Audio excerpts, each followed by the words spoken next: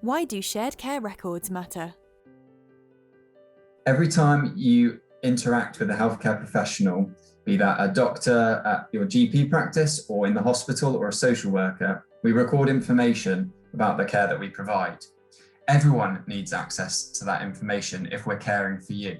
As a paramedic, in an emergency situation, we have to make split-second decisions about the care that we're going to provide you. Having access to that information is vitally important to ensure that we can provide the best possible interventions in an attempt to save your life. My mum is getting older. She's a person with diabetes. She has a multitude of other problems.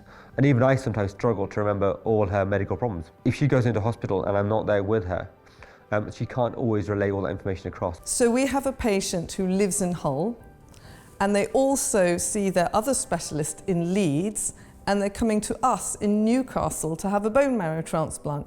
Obviously, this patient has a very rare disorder. They are having lots of blood tests, and different things are happening to them in these 3 different hospitals, and yet we don't have all that information. So they can become seriously unwell, they can have a life-threatening bleed, and we won't have access to those tests, to what's happened to them. And that kind of sharing of data and the ability to see it really quickly so we can make decisions is absolutely of the uttermost importance. It saves a lot of time. I don't have to go around all of the GP surgeries asking for patient summaries. So bringing together health and social care is one of the big challenges facing us at the moment. We have a significant amount of work up and down the country to help people, for example, get from a hospital to a social care funded place in a much more streamlined way. We need to let people see their own records and own their own records, understand their own records.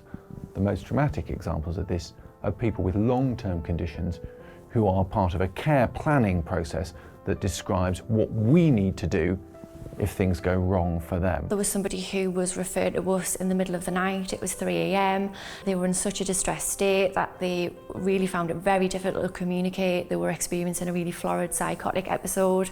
We were able to access data sharing and get a lot of information in regards to this person's previous mental health and medical history, which really informed the decision making and enabled this person to get the correct care and treatment. So not having access to the tests that a patient may have had done a week ago, and therefore you can't prescribe a certain medication, I don't think in this day and age is acceptable. Data saves lives.